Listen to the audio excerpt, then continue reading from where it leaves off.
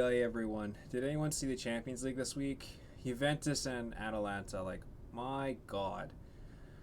Couldn't be a tougher week for Italian football, I tell you, especially with, the Italy team not being able to qualify for the World Cup. And you know what? I am rattled. That's why I'm going to enjoy this Rattler here throughout this video. Oh, okay. Now that we kind of got that over with, then you know what? This is why this is called FM and Chill, because I'm here to chill and have a good time. But you know what? We're gonna take Sassuolo. We're gonna make this Italian team worthwhile this week. So let's get into it. All right. So everyone, thank you for joining back for episode 2. I know last time where we left off, we kind of got introduced with the team, where we kind of wanted to see where we want to go forward with it. We had a couple other things we want to do today. First off, before we move forward here, one important thing I want to kind of go over with everyone as well is to set your scouting assignments. So one thing that we can do is just make sure that we have the scouting on here. So we have the or just do assign scouts. So one thing that we want to do, especially for any of your saves, you always want to find the next wonder kid. And having scouts assigned to your specific region, where areas you want to go to, is honestly the best way of going about it. Getting scouts in areas like South America, Eastern Europe, even Asia, Europe, it's even Africa. Like, getting scouts into regions that normally teams don't go to is a big advantage to you, because you get to have the first access to those wonder kids, and for cheap as well. So let's kind of get started here. So what we're going to do is we're going to get a new assignment. We're going to go for hot prospects. So we're going to look for any wonder kids of any position. So this could be goalie, defender, forward, etc. So I'm just going to check here, because I want to go check out Argentina or South America here. So I can already tell that some of my scouts actually have a not a little bit of a knowledge of Argentina already. Now, one thing with this is that, with that said, if your scouts already have a knowledge of a certain region already, like we want to scout in South America, then it's going to be easier for them to adapt to that country. So this is why I'm looking to maybe put Marco Filia here in the South America region, because he's easier to adapt to it. If let's say I put in,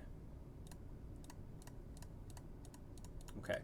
Well, it looks like all of my scouts actually have Argentinian knowledge base here, so I mean, not really applicable to this scenario, but if I just had a scout that actually just had an Italian knowledge and have any other knowledge of any other part of the world, then it would take a longer for him to get actually established in that region to find those players. But what we're going to do is we're going to put Marco Filia here we're going to put him on specifically on South America. And we're going to make this ongoing. We're going to put this on the continent, and we're going to put it on South America.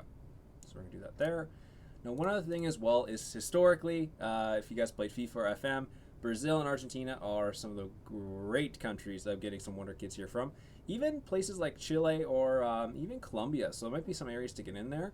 That's what we're going to do with the first scout, is just to get those areas. But we're going to add scouts specifically to either South America or to Brazil. So I'm going to put Verani here. We're going to put him to the Argentina country there. We're going to do this ongoing, and we're going to make that good. So we're going to go for what this here.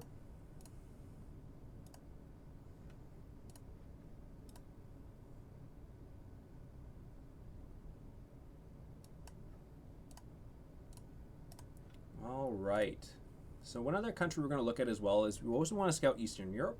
So one other thing we can do as well is we're also going to put some scouts in Eastern Europe. So what we're going to do is we're going to put Antonio here. So even though he doesn't have any experience in Eastern Europe, I'm still going to put him there just to get him settled in there, because Eastern Europe is a great place to find some good players as well. So we're going to make this ongoing. Now, obviously, I'm going to put some scouts in Europe as well. So we're going to put a hot prospect. One of the areas we're going to look at is for Povani here to go to, let's just do region, to just do Europe. No, let's just do Central Europe. So we'll go about that there. We'll go ongoing, good. And obviously as well, with one of the best nations in the world, we're going to assign our best scout to scout the best Italian prospects, because here at Sassuolo, we're going to put preference on Italian players, and that's the way it should be, baby, because if you don't have Italians, you're not winning any championships. Let's just be honest. Okay, so we're going to let's go nation, Europe, and let's go Italy. Not Israel, Italy. Okay, I'm going. Okay. So now that we finished that, one area that we left off on was we wanted to get rid of Jeremy Boga. Unfortunately, he wants to leave. He's not willing to sign a new contract, so we're just going to try and just basically whatever we can for him. So one thing we see here is that we already have some offers in for him here. Wow, we have quite a bit of offers from some really good teams. Now what we're going to do is we're going to try and see if we can get more money for him here. We're going to decline Leicester. We're going to decline all of them because I want to see if I can get more money for these guys, for him. Okay, no, we're not going to show this message again. Okay, now what we're going to do as well is we're going to offer him out again, but we're going to put him for 10 million. If you guys watch Zealand's a great FM YouTuber. He was kind of want to show me this as well, so you offer them out to clubs to start with. If they do bid at some certain values that you think they can get a little bit more, you can always try and push the envelope a little bit more there. We're going to try and put for 10 million, 10.5. We'll see if some clubs come back to us about it. He is getting a fair amount of interest for that. Now, to be honest, I don't like doing this this monthly meeting. I think it's really a waste of time, to be honest, just from my first indications of it.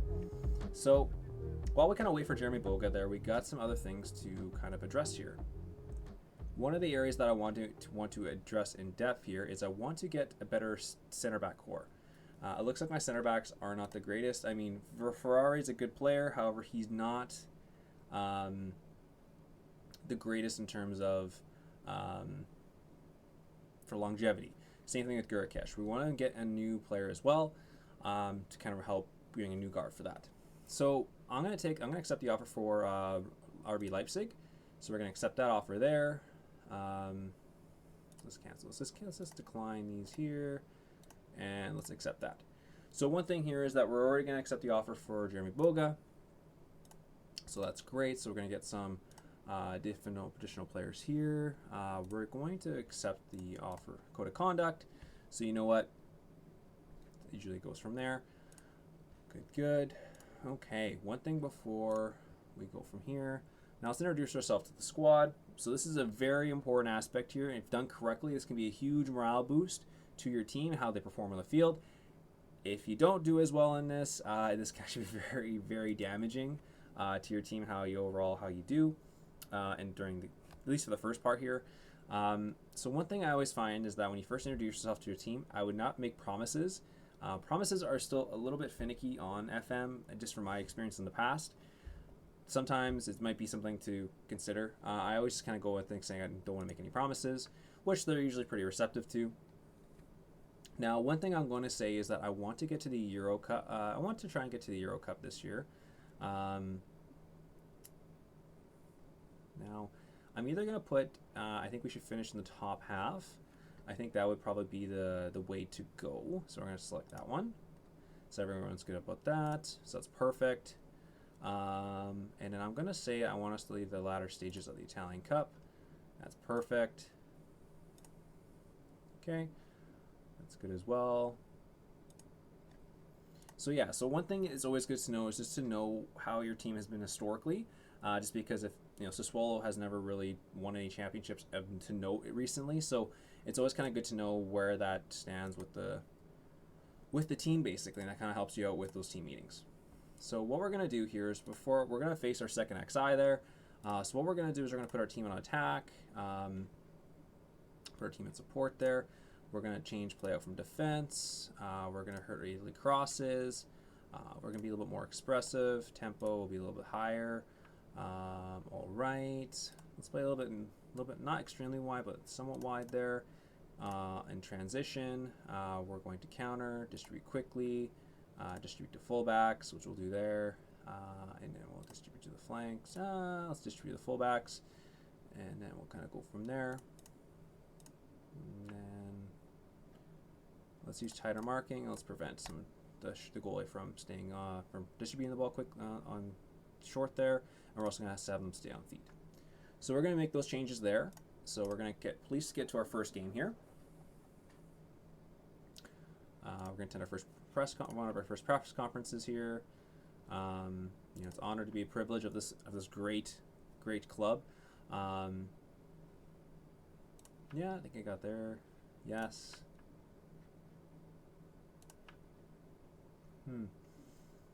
Again, this is kind of repetitive questions. I mean, this is one thing I was kind of always worried about from the previous FMs, was just about how repetitiveness there. So this is something that will kind of, hopefully I don't see as much here at this point. For that, again, the press conference went well. Yeah, we're just going to face the second XI.